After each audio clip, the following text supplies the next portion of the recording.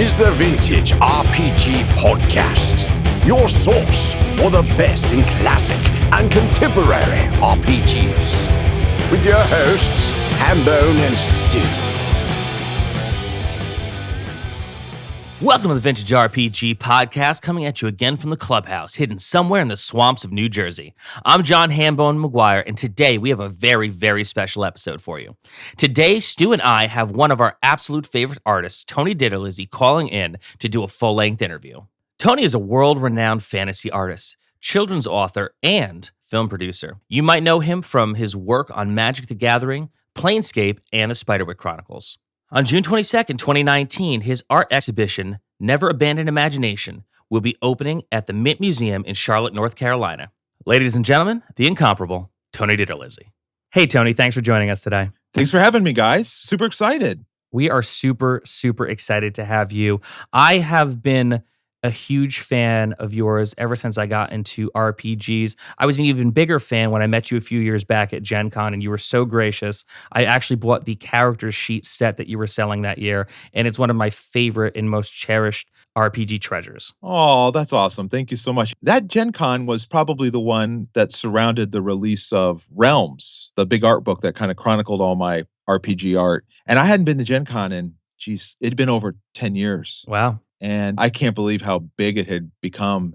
And that's just tremendous. It was so exciting to be back and to see old fans like yourself who had been following my career for a long time and meet new fans. And that's such a special experience that I've always enjoyed while working on role-playing games and the Magic the Gathering cards and stuff like that. To be able to interface with the fans has always been very meaningful to me. You know, and I will say that's exactly where I found you, was Magic the Gathering. I had gotten into what we call the flat crack a bunch of years back. And, you know, all the cards that I was seeing around that time in the later like 2010, 2011, 2013 era, you know, it's a lot of really kind of gory stuff, a lot of really hard fantasy stuff going on. I was playing with friends and they had a lot of older cards, and every time one of your cards came out, it was something that was very different to me than other Magic the Gathering cards I see. And I was very much drawn to them because you draw things in a way where these monsters are kind of like deceptively scary. I try to put a lot of character into them, I think. And I think that goes back to being a nerdy kid that grew up in the 70s and the 80s. And I think I felt like I could relate more to monsters than I could the heroes of a lot of fairy tales and folklore and mythology that informed games like Dungeons and Dragons and Magic the Gathering. Right. I mean, my first experience with monsters, to be very honest with you, was Sesame Street and Jim Henson. Sure. In some of his later movies. And I've always appreciated your art because I felt like you had a very Henson vibe. Like, say, even the eye of Yawgmoth doesn't look as hellish as it could be. Yeah.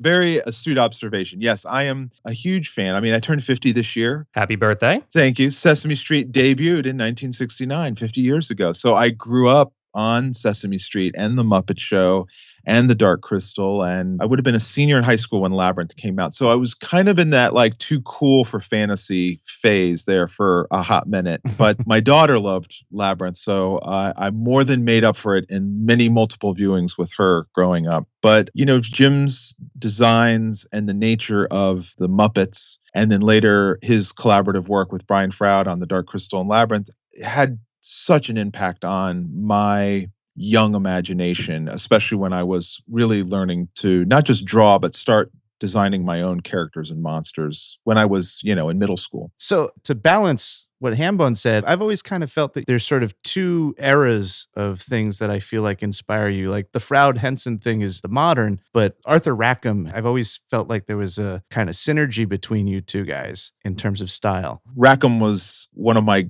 deities. We had a couple fairy tale books in the house that had his artwork in it, but when you're a kid, you don't really think about who the artist is. You just kind of look at the pictures and you either like them or you don't. And I think that at some point in art school, I started to connect the dots between what Rackham was doing and what Brian Froud was doing, and to a lesser extent, other artists like John Bauer or Edmund Dulac. And there was this book that I found while in art school, which was called, I'll give you guys the title, but it was basically a big collection of turn of the century illustrators from the what they call now the golden age of book illustration. And it had passages on Rackham and Dulac and Ernest Shepard, who illustrated Winnie the Pooh. And much of that art was pen and ink drawings with watercolor washes.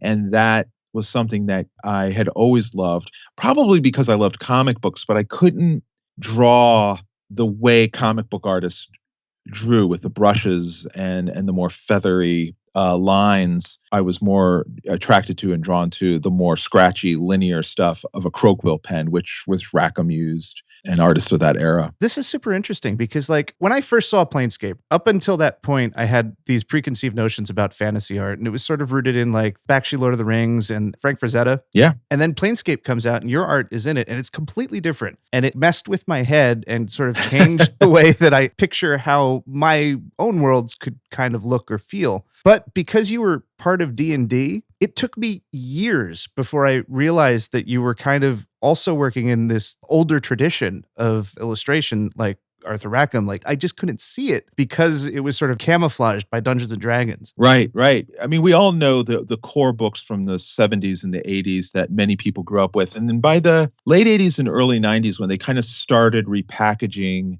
and rethinking the books, and I'm thinking of like the Monstrous compendiums, those 3-ring binders, and some of the other books, and even all those handbooks that were done. Sometimes the illustrations inside were cool. Sometimes they weren't so great. The cover art was always terrific because they were using all the amazing staff artists at the time, like Jeff Easley and Brom, and obviously Keith Parkinson and Clyde Caldwell and Larry Elmore. So you had these unbelievable oil painters working on the jackets, but many times the interior art didn't reflect that. And so I think when I really got going with Planescape, my goal, really, my personal goal was, can I make the art on the inside just as appealing and exciting and inspiring as the art that we see on the outside packaging? I kind of drew the only way I knew how to draw, and I was emulating a lot of Rackham and artists from the turn of the century, because in some ways Dungeons and Dragons is drawing upon that same source material. Let's pull it back just slightly. Sure. Because we've gotten ahead of ourselves and jumped into Planescape because, of course, we did. I mean, how could you not talk about Planescape? It's the best. But you started with the Monster Manual at TSR, right? Yeah. That must have been kind of like a super intimidating debut gig, right? My genuine debut was Dragon Mountain. Oh, no actually. way. I didn't know that. Yeah, that's the first thing I did for them. That was absolutely terrifying because my submission was, I took a couple modules that were out at the time that we were playing, and I want to say might have been the Quest for the Silver Sword. They were doing a bunch of those Thunder Rift modules right in the early 90s. And so what I had done was I had done drawings, and then I would laser copy my pen drawings, and then I would tape them down in the module and then send them these printouts so they could see what my art would look like in a module. It's like a trick we learned in art school. It's like, don't just send the art applied, so they could see how the illustration would work with text and layout, etc. And so what I thought I would get, if I was fortunate enough, would be to illustrate a module, which is, I don't know, 6 illustrations, 7 illustrations at the most, maybe. And what I got was Dragon Mountain. And 100 illustrations. I don't even know how many illustrations it was, but it was a lot. I was still living at my mom's. I had moved back home because I'd graduated art school and had no money. I was broke as a joke, had a bunch of old art supplies, and literally drew Dragon Mountain like in my old bedroom, which was now my brother's bedroom, and like the kitchen table. And same for the Monstrous Manual. Did the same thing. I was still at mom's when I was illustrating that. This was like a dream come true, though, because like you love Dungeons and Dragons that much. I mean, I grew up on it in the 70s and 80s. I mean, mom and dad bought the basic box set, I don't know, 80, 81, whenever it came out. And so I grew up in South Florida and went to a public school. And in middle school that year, it was MTV, Rubik's Cubes, and Dungeons and Dragons. It was everywhere. We played all the time. I loved it. I couldn't get enough of it. And then, it kind of waned in the mid 80s. The cartoon and the sensationalism of Monsters and Mazes and stuff, it really didn't affect my part of the world or us kids playing. I think it just hit that crazy oversaturation point in the late 80s. And I was a teenager. I was like, I was into cars and chasing girls at that point. But then by the time I came out of college, I yearned for it once again. And playing in my 20s, it was just a different game. You were now starting to think about the psychology of playing the game, and it was rewarding in a different way than it was when you're 12 or 13 playing it. So it was a dream come true in so many ways. The one thing I can tell you that still sits with me all these years later is sitting at this kitchen table where I used to draw all the time at the kitchen table. It's a small house I grew up in, so there wasn't a lot of room. And I remember sitting down to draw one of the big monsters for the Monster Manual. And I remember, the Displacer Beast. That's exactly what it was. It was the Displacer Beast. I remember copying David Trampier's original illustration when I was in middle school, sitting at the kitchen table. It was a very strange, like a ripple effect moment, like an orbit had happened. It's like fate. Maybe. Yeah, maybe. It was very surreal, though, to give you any sense of what it kind of felt like. And I just went nuts. I wanted to give it everything I could. I wanted to give the interior illustrations as much interest and storytelling as I could to inspire the players and the dungeon masters who would be reading it. So with Dragon Mountain, did you have a lot of oversight with the illustrations, like art direction, or did they just, say, we need 100 pictures, go nuts? Good God, no. No, they were very detailed. They were very detailed illustrations. So usually what you'd get would be the game designer. And for that one, I want to say it was Colin McComb. I believe so. And one other person possibly, which was terrific because that started my lifetime friendship with Colin, because we worked obviously through all the Planescape stuff together and remain in touch to this day. But I think what you'd get was the designer would have already mapped out the page spreads. And the way they would work on the interiors would be, they would figure out the pagination of the module.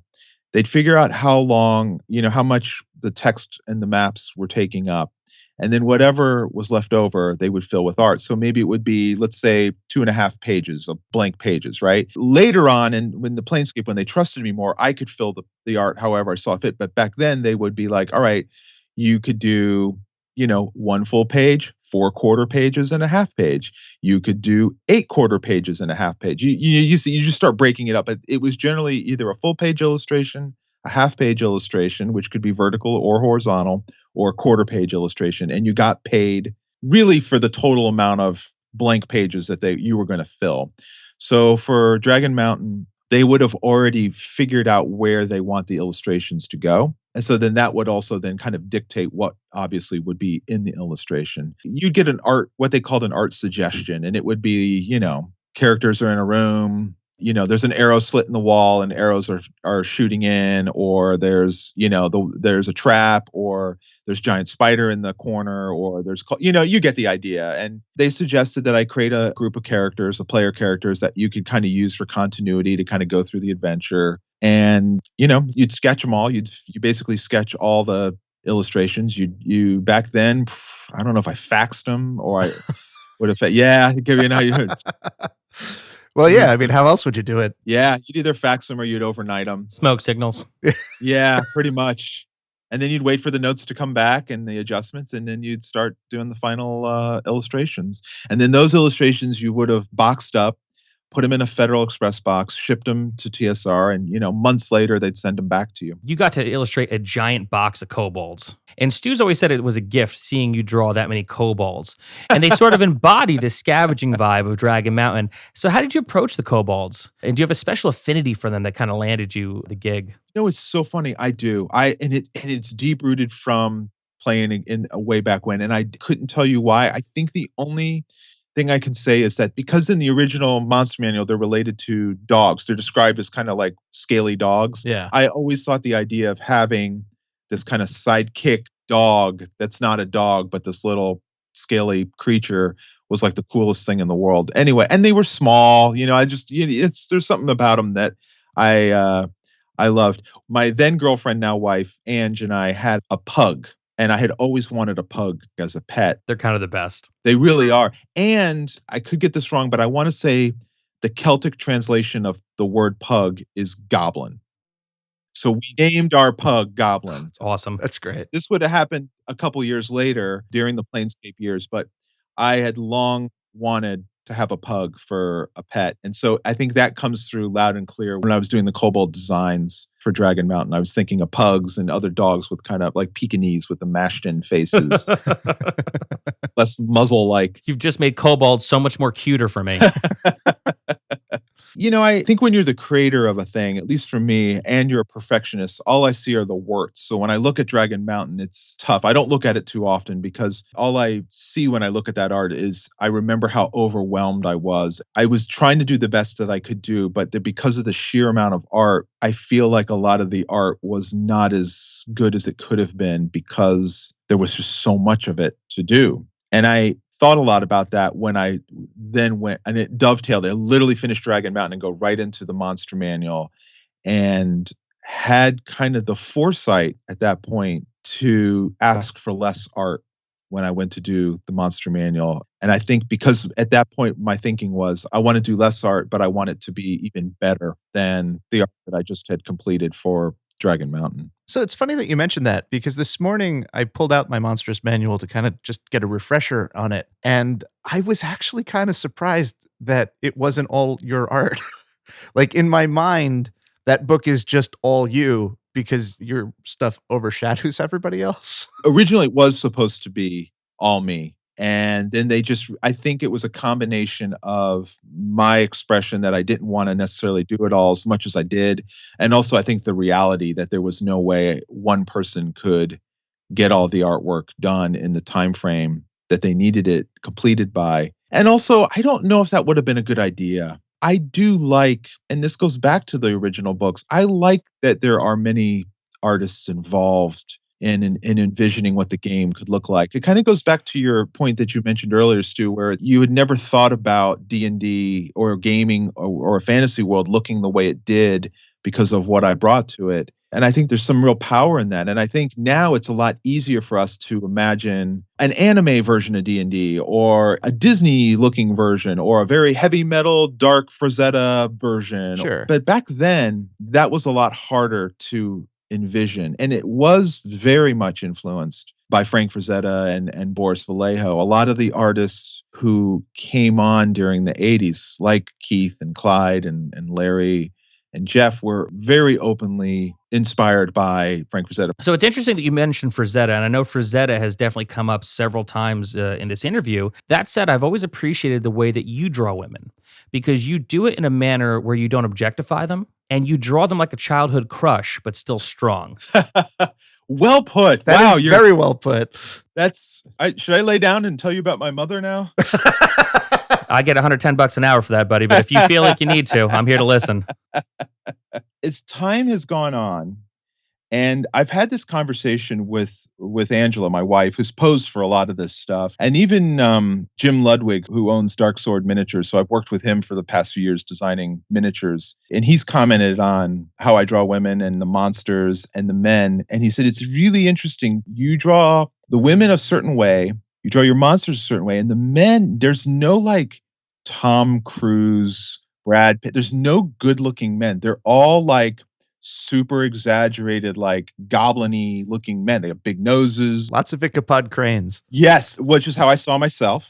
And I think what it is when I think about doing the art for this, I'm tapping into the 12, 13-year-old version of myself. I'm accessing the world at that point. It was such a magical time. And let's be honest, 7th grade, middle school for most of us is a hellstorm. And Dungeons and Dragons and role-playing games were this amazing sanctuary where you could disappear. And I think when I approach that stuff, thinking of that genre, I think I often revert back to this kind of 12, 13-year-old version of myself, which would explain probably why the women look the way they do and the monsters look the way they do. And when I think of Frazetta, I think of so much bravado and testosterone. And it's amazing. I mean, for as much as he objectified women in his art, he also was equal with the men. The men were all brawny. There's no skinny men in a Frazetta painting. They all look just the same as the women. They're very brawny and big and muscled and sinewy. Yeah, like a Manowar album cover. Yeah.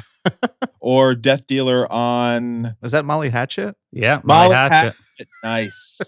Nice. Well done. Yeah, I mean, all this really ties in nicely to one of my favorite things that I think came out, I want to say last year. Time gets a little timey-wimey for me. You did a series on your Instagram, What I Did in the 80s. Yeah, that was last year. And I mean, all of this, everything that you're saying just really kind of ties it all in a nice little bow for the things that I got to enjoy over last summer on Instagram. Thanks. I think there's a couple things of why I probably approached drawing certain characters the way I did. I'm thinking of, what would Arthur Rackham have done, or how would they be portrayed in a Jim Henson fantasy movie? Again, I was really running less on my own guts and instinct and more constantly. I was still in a stage of emulation at that point. I'm still looking at a lot of other artists for support and as a crutch to create my own visual style. Very different than now, where there's hardly any. At that point, my drawing table would have had a cork board over it with, color copies of Rackham and Brian Froud, and these things would have been Xeroxed and placed on taped all around the table before I start. And now, it's none of that. I just sit down and draw. So another thing that I think about your characters that I've always responded to was how much they feel like they live in a world, like a greater world than the one that you see. So like the kobold in the Monstrous Manual was always one of my favorites because he's got that stick with the scorpion on it. And like it tells you so much about that kobold and everything that you need to know about kobolds in that one little thing that he made. Do you have an approach to that? How do you imbue the characters with that kind of characterization through possessions? I mean, I think you hit the nail on the head, characterization through possessions. I think you're thinking about the things they've seen and done and how that shapes them and informs the look of them. And obviously I show it off much more in Planescape than I do in the Monster Manual. With the monsters, it always came easy to me because I saw the monsters doing the things that monsters do. It was two things. I thought I want to show scale, and they were very implicit when I did the artwork for Monster Manual to not put any sense of background stuff. I mean, I had wanted to draw a human skull in every illustration to use as a sense of scale. And they were like, no, we don't want that. So I think it slipped in a couple of them where I was able to convince them to let me do it. But then I had to rely on other items and things to kind of indicate possibly what their scale was like. I mean, I read through the rules very carefully to see what kind of weapons that they would use. So, the orc in the Monstrous Manual, his sword's on the ground. He doesn't take care of it. He's not thinking about it the way the rules indicate that an orc would. The weapons would be rusty, corroded, nicked, and it's all those things. And so I think when I thought about the kobolds, I thought about what would they do as a trap. And I remember now, I actually had a pet emperor scorpion that, I don't know why. One of my moments of brilliance. It's Florida. I mean, you'd walk into a pet store and that's, we got a baby gator and some marsupials and a couple of lizards, a scorpion. So you were living the Monster Manual is what you're telling us. Yes. Florida is rife with monsters from the prime material plane and other planes. So I was fascinated by this beautiful creature, and I think I must have been thinking about that when I was illustrating the kobold with a scorpion on the string. I don't think of many of these monsters, especially the humanoid ones, out there, smithing armor, So they've got to find it. They've got to scavenge it either off of victims they've killed or carcasses and things that they found along the way. And so that immediately got me thinking that everything that any humanoid monster would wear would be patchwork at best. It'd be one pauldron and maybe one glove and maybe a mismatched pair of boots because, they lobbed the leg off of the guy and something ate it or whatever. So that idea that they're kind of picking up the scraps along the way. Yeah, and you dial that up to 11, I think, in Planescape. But there's an interesting shift, I think, because you're initially drawing NPC player character types. And I just always got a sentimentality about all of their weird piecemeal stuff. Like their clothes, especially the knee pads or the shoulder pads with the goblin heads. I just feel like those characters really loved those pieces of clothing, Is that weird? I mean, there was a struggle in the shift from the Monster Manual to Planescape with the player characters. Because again, going back to Dragon Mountain, I thought the PCs were horribly drawn. There was not a lot to them. They were very generic. And my good friend Mike Roy was running the ongoing campaign that we were playing at that time. And I was really lamenting the fact that I just could not come up with these cool player character designs. And he just kind of said, listen, you need to make the player characters as cool or cooler than the monsters, because that's really what this game's about. And somehow that's all I needed to hear. It somehow clicked. And so I started applying the same rules to the player characters, which made total sense, because if you start out at first level, you don't start out with plate mail armor. You start out, maybe leather armor if you're a fighter, if you're lucky chainmail, but you don't have full armor. So of course you're kind of pilfering bits of armor along the way. And so I thought about that with Planescape as well, and it just kept it going. So how did you get the Planescape gig? It just naturally came out of Monstrous Manual? I had created quite a buzz working on the Monstrous Manual. When the artwork came in, everyone was very excited. I think I had definitely impressed them more than I had with my work on Dragon Mountain. And a couple of amazing things happened at once. The art director at the time, Peggy Cooper, called me and said, we have something really special we want you to work on, but it's going to take a little while to get it up and running. So I don't want to give you another assignment because I don't want you to be knee deep on something else before you get started on it. It's like the best, worst news for an artist to ever hear. Really is, because at that point I had taken the money that I'd earned from Dragon Mountain and the Monster Manual and moved out of mom and dad's and gotten an apartment and thought, I'm going to be an illustrator. And meanwhile, by the way, at the same time, I'm also putting packages together and sending them off to the big publishers in New York City to try to break into children's books. So for about a year, I did not get a lot of work from TSR, and it was really scary. It was a real test of my commitment to being a freelance illustrator, because I went through the money. It didn't take long to start burning through that cash. I mean, I got a little bit of work here and there on Dragon Magazine. I did a little bit of work on Dark Sun, and I went to Gen Con that year and got work with White Wolf. But it really wasn't until the end of the year when they called me for Planescape, and they had me fly up. At that point, I'd already been to TSR at least once before, and they offered me a staff position. And I would have been a staff artist doing, all the interior illustrations for Planescape. But I turned it down. And I was terrified doing so, because I thought that they would no longer hire me if I did turn it down. But fortunately, they didn't. It just was too much of a move. And I loved drawing Dungeons and Dragons. It's evident in the years that come after the work on Planescape. But my heart was still with children's books, and I wanted to move to New York City, not to Lake Geneva. And I worried that if I moved to Lake Geneva, I'd never leave Lake Geneva.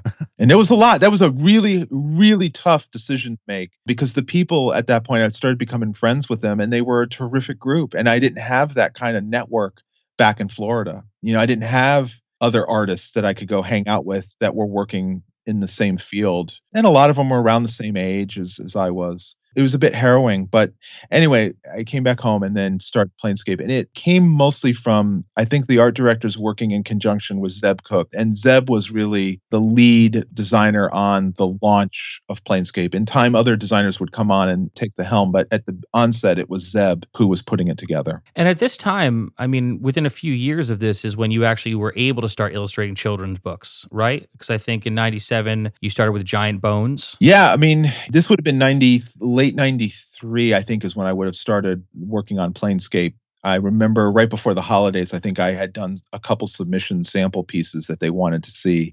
And then 94 is when I was like pedal to the metal. And we moved to New York City in 95, I think late 95. And then I started making the rounds, throughout the 90s to try to get work. And yeah, I did do Giant Bones, which was written by Peter Beagle, known famously for The Last Unicorn. But the first true picture children's book I sold in late 1998, worked on it all through 1999, and it came out in 2000. So it was still a good 6 years away before I would really be a published children's book illustrator by the time I started Planescape. And then after that, you were off to the races, though, with the Spiderwick Chronicles. Yeah, Spiderwick would have been 2002, and into 2003, we were working on Spiderwick. By that point, though, TSR had evaporated. I mean, by the late 90s, TSR was crumbling, and Wizards of the Coast was coming on board. And there was, again, kind of a combination of events kind of happening. One, I was starting to hit burnout at that point. It'd been almost 10 years that I'd worked for them.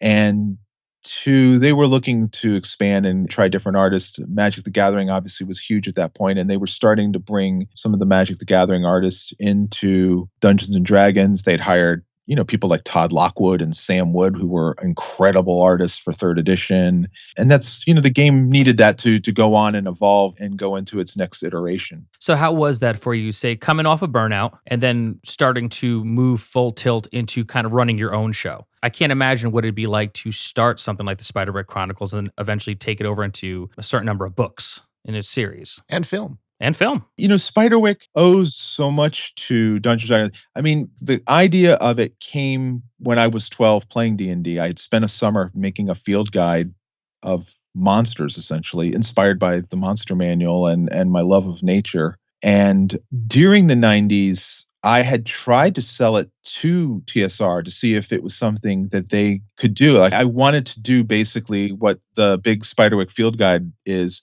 I wanted to do a Monster Manual done like that. That would have been amazing. I did a sample piece, and I wanted to do these Audubon-style plates. The rules were there, but it was really all about the flavor text, about the monsters.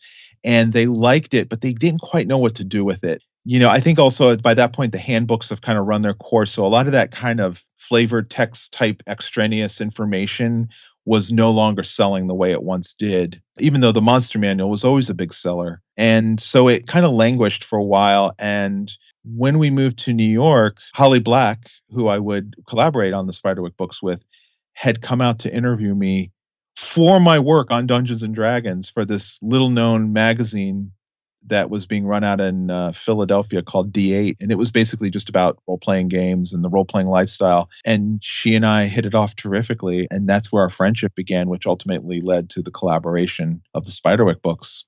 Oh, that's amazing. That is amazing. I mean, you never know when you're going to make new friends. Yeah. Yes, or what might become of that. And that also explains why, and if you look in the Spiderwick Field Guide, it's not mythology and it's not quite folklore, because the Monster Manual would have been the model for the types of creatures that we put in there. I wanted it to not just be all fairy folklore. In my mind, that had already been done with Brian Froud and Alan Lee's book Fairies. Yeah, which is a classic. Which is an absolute classic. And I didn't want to go too far down the mythology route either. So it's kind of this weird mix, but it's very similar in content to the mix of creatures you'd find in the Monstrous Manual. It's like a secular D&D. Yeah, there you go. Outside the orthodox. Yes, that's right. Yes. I still would love to this day. I'd love to see a Monster Manual done to that level. I think it'd be so amazing. I think it would be gangbusters, especially since D&D is now really a true part of the cultural lexicon. It's a language that everyone speaks now, because where, say, in the 80s and 90s, it was considered a nerd's game, something like Stranger Things kicked the door open and everyone has a willingness to be open and talk about their role-playing and their Dungeons and Dragons. I'm so delighted to see what has become of it. It feels so richly deserved as far as I'm concerned. And the same thing, I would go into these fancy pants Hollywood meetings in and around the making of the Spiderwick film, and I'd meet with studio executives and they would be like, how did you get inspired to make Spiderwick? And I'd say Dungeons and Dragons, and there'd be like 2 or 3 people that would go, yeah, I play D&D too. So it was really interesting to see that it was there all along, that people still loved it and played it. I think it just wasn't, as you said, so part of the cultural zeitgeist that it's become, which I think is unbelievable. My daughter and I were watching episodes of The Amazing World of Gumball on Cartoon Network. Oh, I love it. I love that show. And then we're literally just going through, picking the episodes and watching them. And one of them was, they play Dungeons and Dragons, and we were like, and there's an owlbear in it. And we were both just like squealing with joy. Like, we were like, this is so awesome. You'll appreciate this. I've been, for no particular reason, I started watching Magnum PI from the beginning all the way through to the end. And I'm in season 3. Wait, how many seasons are there? 8. 8 seasons of that mustache. That's amazing. The mustache sort of varies in quality from episode to episode. It's really interesting. But I digress. So last night I'm watching the season 3 opener, and Higgins outs Magnum as a D&D player. Really? It's like really brief, but it's there. He accuses him of playing Dungeons and Dragons. And is it like in a derogatory tone? Oh yeah, he's totally like, he caught him and he's talking about the excuse Thomas uses to kind of like play it off like he's doing something that isn't playing a game. That's so funny. Yeah. That's amazing. Yeah, that's 1983. So Yeah, exactly. There it is. So speaking of D&D, I know that you're currently running your own D&D campaign. So I want to know, for you having done Planescape, is playing Planescape for you kind of like when Iron Maiden wears their own t-shirts on stage? We don't play Planescape for one thing. Actually, during the release of Planescape, our ongoing gaming group at the time tried it, and our characters, we had brought them up from first level, and I want to say they were probably 8th or 9th level when we tried, and they were terrified. They wanted to get out of it ASAP. None of them wanted to stay. We did that for a while where we would kind of portal jump, and we played Dark Sun for a little while. They hated Dark Sun.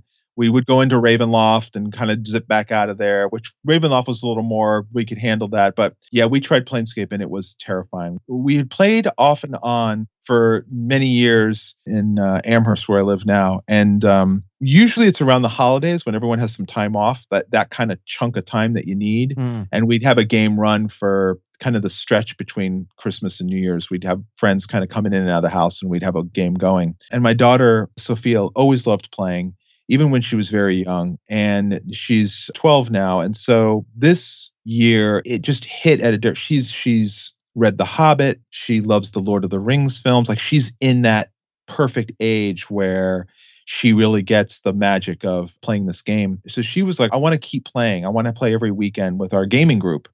And I said, okay, well, if we're going to do that, then we're just going to start literally with B1, which is Search of the Unknown, and then we'll go to B2 and do the Keep on the Borderlands, and we'll do it the way I did it when I was your age. And so it's been so much fun running these games. I've been the dungeon master for both these campaigns, and it's been terrific running it and enjoying all the moments that everyone has, the war stories and the crazy turn of events that can only happen in D&D game. I think the big change that's amazing now is you can Google anything that you may be stuck on, and or there's so many amazing like YouTube channels of like how to DM this or how to run that or how to do it. It's just unbelievable the amount of information that's now at your fingertips to hopefully run a better game. So what system are you running? It's a second edition. Second edition? Nice. The old person edition. That's my preferred edition. We're using all the old books. We use pretty generic player character sheets. We use miniatures, plastic toys for all the monsters. So it's very much in the tradition of what Gygax would have done. Nice. In fact, I am fortunate to own a plastic owlbear from the 70s. They fought the owlbear in the Caves of Chaos, and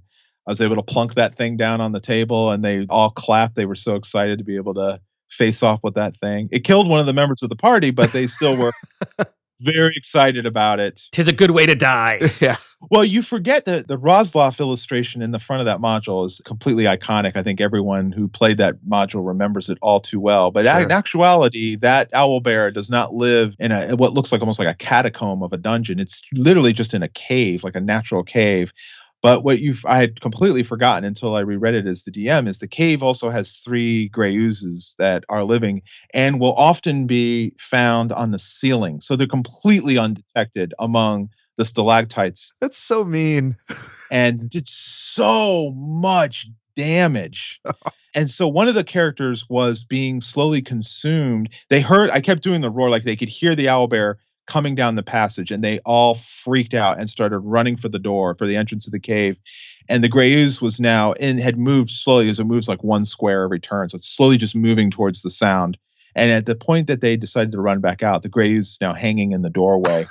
So to have them get around, I basically was like, 2 rolls. You're going to roll a dexterity check that you can maneuver around it, and it's going to roll to hit. Every time you go by, it's going to shoot out a pseudopod and try to grab you. So everyone makes it super easy, except for this hapless elf that did not. And it just it rolled like a 20. Like, it got her, pulled her up. And at that point, the owlbear shows up and it grabs her by the leg. And now it was bad. It just and everybody's just standing at the entrance of the cave going, I really don't know what to do now. Like, I think we should just let nature play its course out. And so Sophia, my daughter, being who she is, was like, this can't happen. I'm going in. Like, she goes in, she's, rolls, she starts hitting. I'm going with her, right? So now they're all decide they're going to pile on this owlbear.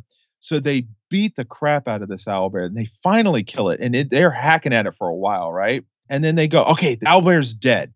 Let's go into the cave. And I said, all right, you guys go into the cave. As you turn and look, you see the pseudopods of the grave slowly wrapping around the owlbear. They're like, good riddance, bye.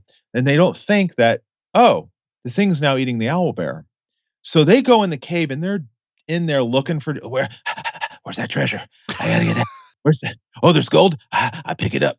I'm like, there's like gold everywhere, guys. There's carcasses. Like you have to roll a constitution. Okay, you're barfing. You failed. You can't, like, you're nauseated. There's so much like rotted meat and everything in here from this owlbear. I don't care. Where's the treasure? Like they find the nest. So they're ripping the owlbear's nest apart, trying to find whatever they're going to find. They come back to the entrance. Well, at this point, the gray ooze has consumed almost all of the owlbear and is now the size of the owlbear. Oh, no. Yeah. And then they had to deal with it. It was bad. Agreed. It undoes every party of adventurers. It really does. So what is your favorite D&D monster? You know, as time has gone on, I have tried to collect, and it started actually, I don't know if you guys know, I had written a blog article about the plastic toys that inspired the Rust Monster and the Boule and the Owlbear way back when, and was corresponding with Tim Kask about it. My first visit to TSR, probably in like 92 or 93 when I went up there, Tim Beach was the editor for the Monstrous Manual. And I was in Tim's office and he had the plastic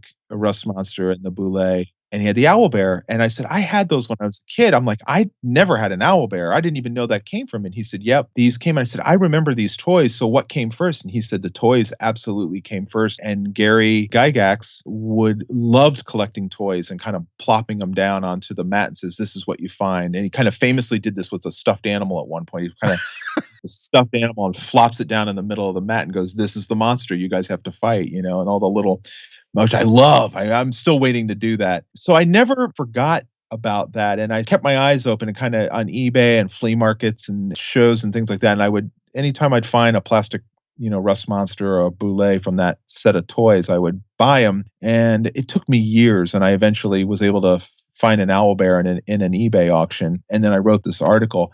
And it led to this kind of fascination with the origins of a lot of these monsters beyond just those. So for instance, the book that inspired the Mind Flayer, I think it was a Lumley book. I've got it here somewhere. The Kurel from the voyage of the, what's it called? Space Beagle. Thank you. That inspires the Displacer Beast. So I loved kind of hunting down the facts on all the monsters. So it's a long-winded way of saying that I think as time has gone on, the monsters that I've grown to really love in Dungeons and Dragons are the ones that are wholly unique to Dungeons and Dragons, that were kind of more born from, you know, Gary Gygax and Dave Arneson and the early designers' imaginations. So the Beholder, obviously the Owlbear and the Boule and the Rust Monster, like those are the types of things that I absolutely love. The Mind Flayer. I mean, that's the kind of stuff that I really, really love because it's so unique to the game. So we've talked a lot about D&D. Do you have any other role-playing games that you dig? Well, we played a lot of Werewolf as well in the 90s and Vampire. And I worked for a little bit on them. And of course, I ended up working on White Wolf's Changeling game system for a while in the 90s. And we enjoyed it. It was a good break from Dungeons and Dragons. We play a lot of board games, a lot of Cool Mini or Not style games. So we play a lot of Arcadia Quest. We played that for years here. We played Zombicide for a long time. We're big card gamers, so we have all sorts of card games like Forbidden Island. I think Kickstarter has kind of ushered in a renaissance of tabletop gaming, which I think has been just a treasure for anyone who likes to play games, and certainly as much as we do. Usually, if we're not playing a big, heavy-duty role-playing game like D&D, we'll try one of these sillier games or fun. You know, we'll play One Night Werewolf. Actually, Sophia loves Dungeon. I have an old 1980s board game version of Dungeon, and we'll crack that out every once in a while and play that. But overall, D&D is home. As far as role-playing games, yeah. You know, I just don't have the time. And if I'm going to spend the time prepping and playing an RPG, that's the rules that I know the best. It's the game I've grown up with. So it's a little more comfortable and a better use of my time than learning a new system. So, Tony, we could literally talk to you for hours. And that said, I want to make sure before we wrap up, we talk about your upcoming exhibit at the Mint Museum in Charlotte, North Carolina. Yes, that'd be terrific. I'm very excited about that. So why don't you tell us a little bit about Never Abandon Imagination, the fantastical art of Tony DiTerlizzi? It's a retrospective of my illustration work, it started at the Norman Rockwell Museum up in Stockbridge, Massachusetts. And it's a celebration of the illustrations that I've done and my journey up to this point, starting with role-playing games like Dungeons and Dragons, going into Magic the Gathering, and then into my picture books for young readers, and of course, Spiderwick Chronicles and The Search for Wandla, books that I've written and illustrated for older readers. I'm very honored and humbled by the fact that my artwork's being hung in a museum. I'm very excited because I think museums, and certainly a museum like the Norman Rockwell Museum, was faced with a challenge. And the challenge was that they noticed that their museum patrons were getting older and older. This was the generation that grew up looking at Norman Rockwell. And so museums are starting to look at ways that they can bring in younger audience into their doors, and especially families.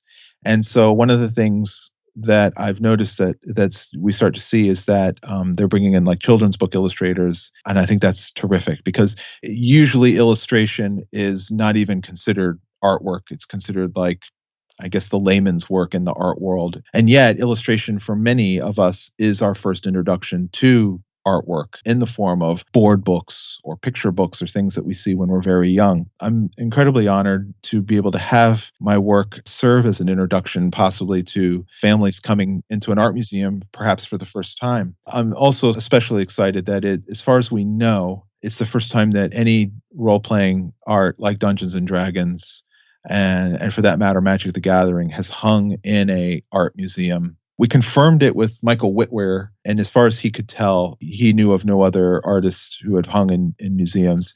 I don't think I should be the person to break that ground. I think there are people that are far more deserving of it than I, but I'm glad to have been the one to have hopefully cracked open the door so that perhaps in the future we would see a retrospective of Dungeons and Dragons, because I, for one, would be the first one there at that opening to see all the original artwork hanging on display. I was going to say, it's very heartening, going back to what you said earlier about how D&D has become mainstream, that museums are taking that art seriously. I feel like they could have made the decision to just start with your more book-oriented illustration career and just ignore the D&D if they wanted to, and they didn't. And I think that's a really wonderful thing. Not only that, I thought they would hang a little bit of it. I thought the focus would be Spiderwick, to be honest with you. I mean, that would make the most sense. That's the thing that's sold the most copies, etc. But the curator, Jesse Kowalski, came to the studio and said, "How much Dungeons and Dragons art do you have?" And I said, "Well, I've sold a lot over the years, but I do have quite a bit still left in my own personal collection." And he said, "Yeah." He starts I pull open the flat file and I start kind of showing him what I have. He goes, "Yeah, we're going to do a whole gallery of Dungeons and Dragons art." I'm like, are you serious?" And he's like, yeah, it's going to be a third of the show. Wow. And I'm like, that is absolutely awesome. That's so exciting. I think it's great. And it was so touching for the opening back in 2017. Zeb Cook flew out for it. Colin McComb flew out for it. Dana Knutson, who was the concept artist on Planescape and was a staff illustrator for many years, came out for it. Don Murin, who was a designer then, but is now the art director at Wizards of the Coast, came out for it. And it was just this incredible circle moment. And I was so happy to be able to celebrate it with, frankly, the people that really made it happen for me. It was just as much their moment as it was mine, as far as I was concerned, because Dungeons and Dragons and the visuals that went into that game were definitely bottom tier, I think, for many years in the world of fantasy. You had book covers by giants like Frank Frazetta, later people like Michael Whalen. You had magazines, you had movies, but the art that would go into a role-playing game book was usually not considered, high quality fantasy illustration. And I think that we helped change the perception of that. And I'm so excited to see where it's grown and where it's gone. And I'm really incredibly excited to see what's to come in the coming years. All right, very cool, Tony. So everybody, if you are in the area of Charlotte, North Carolina, between June 22nd and November 3rd of this year, definitely make your way out to the Mint Museum and definitely check out Never Abandon Imagination. Tony, thank you so much for hanging out with us today. Where can the people find you? You can start at my website, which is just my long last name with a ton of vowels in it. It's DiTerlizzi. So that's DITERLIZZI.com. And that's pretty much my name for Facebook, for Instagram, and for Twitter as well. Very cool. Thanks so much for hanging out with us today, Tony. Thanks so much for having me, guys. Thanks again to Tony DiTerlizzi for taking the time to call in for the interview, and thank you so much for checking out our podcast. For Stu Horvath, I'm John Hambone McGuire. May the dice always roll in your favor.